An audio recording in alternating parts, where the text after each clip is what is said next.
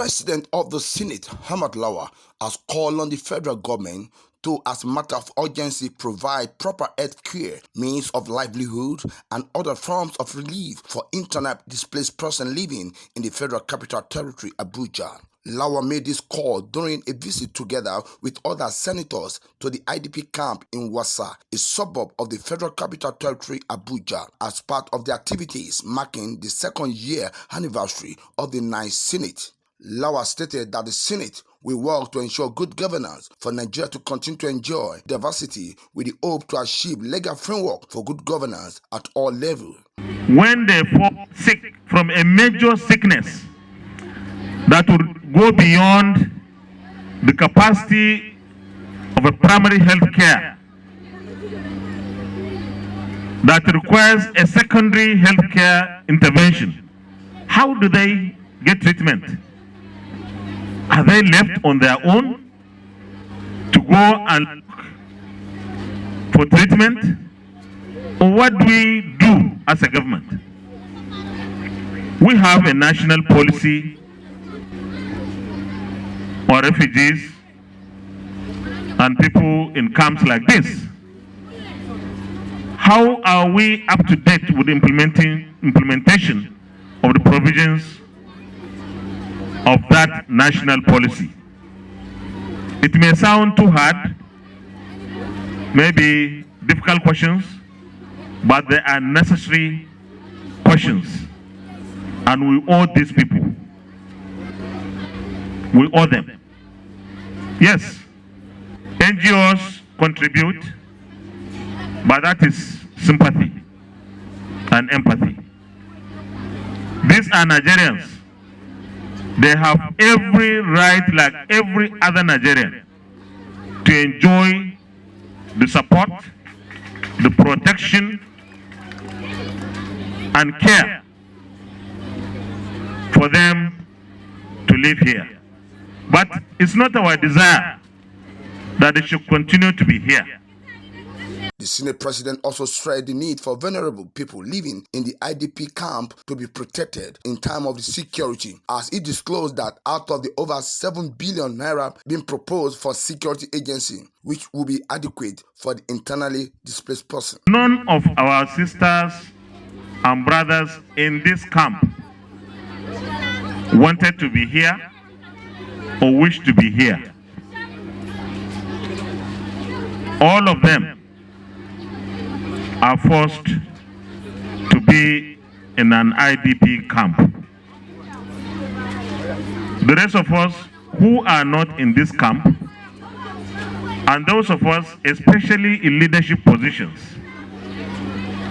are supposed to show empathy and commitment to first ensuring that while our compatriots are in this camp and indeed in any other camp, their life is protected,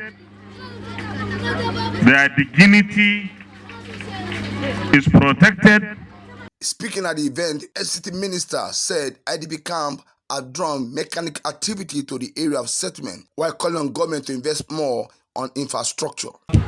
Is one of 24 camps that we have in the FCT that are catering for about 26,000 displaced Nigerians who, for one reason or the other, have had to leave their locations to come and seek refuge here. Over the last few years, the federal government of Nigeria, as well as other agencies of government and the Federal Capital Territory Administration, have been taking care of these vulnerable Nigerians. In this particular camp, we have mainly Nigerians from Goza in the north, in Borno State, northeast Nigeria, and other towns within that area. But within the city, we are host to IDPs from Nasarawa State, from Kogi State, and other locations within Nigeria who, due to communal conflict, insurgency, and other sundry issues, had to move here. So we are extremely delighted, Your Excellency, for your magnanimity with the support of your principal officers and other senators for deciding to come here on the second year of your anniversary as Senate President and on the second year of the 9th Senate. We feel highly honored, and I understand you are here to distribute support and palliative items to our IDPs. On their behalf and on behalf of the FCT administration, we thank you and we welcome you. FCT Minister Mohammed Bello, also present to welcome the delegation, is the leader of IDP camp and Federal Commissioner, National Commission for Refugee, Immigrant and Internally Displaced Persons, Mrs. Ima Suleiman Ibrahim. FCT is currently hosting about 24 IDP camps from Borno, Gosa, and other northern states troubled by Boko Haram insurgency in the past year.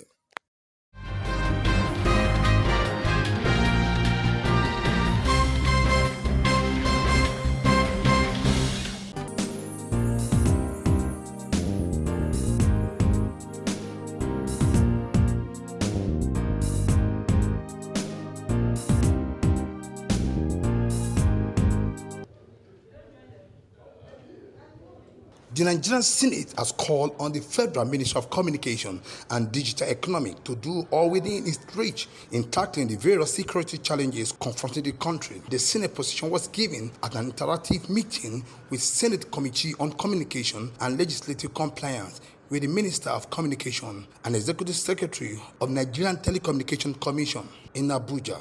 The closed-door meeting, which lasted several hours, also having attendance members of the two Senate Committee, the Legislative Compliance and Communication.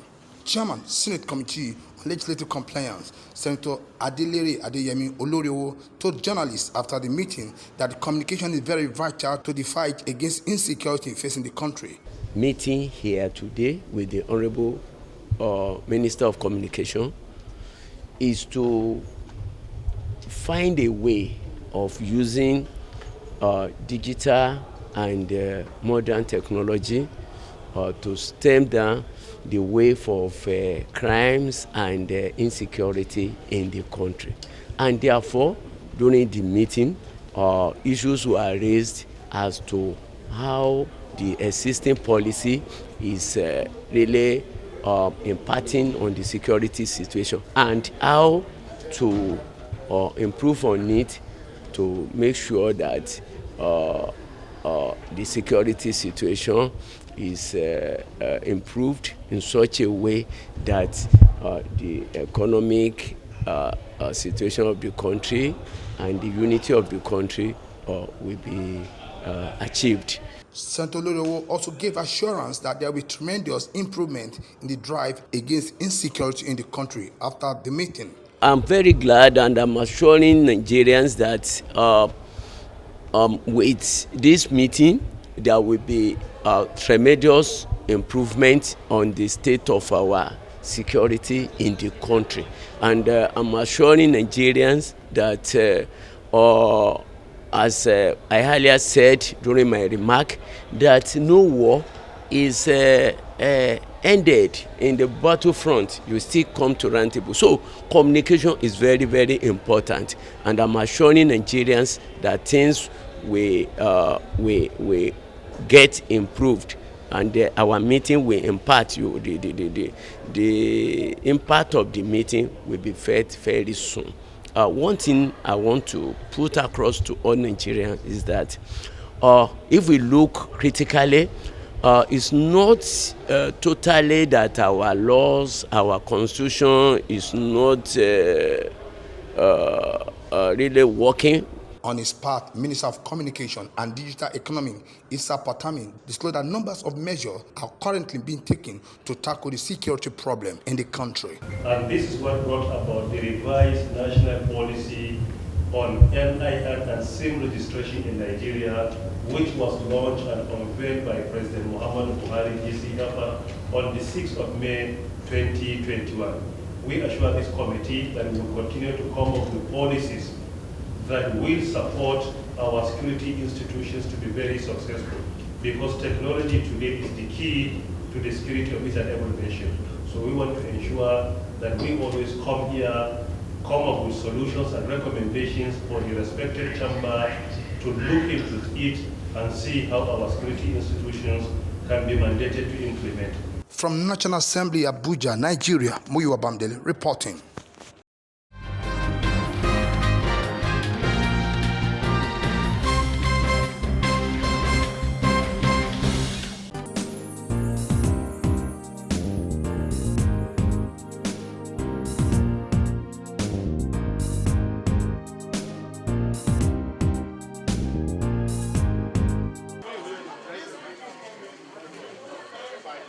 Hundreds of National Assembly staff employed by the National Assembly Service Commission have protested the delay in the absorption into the service.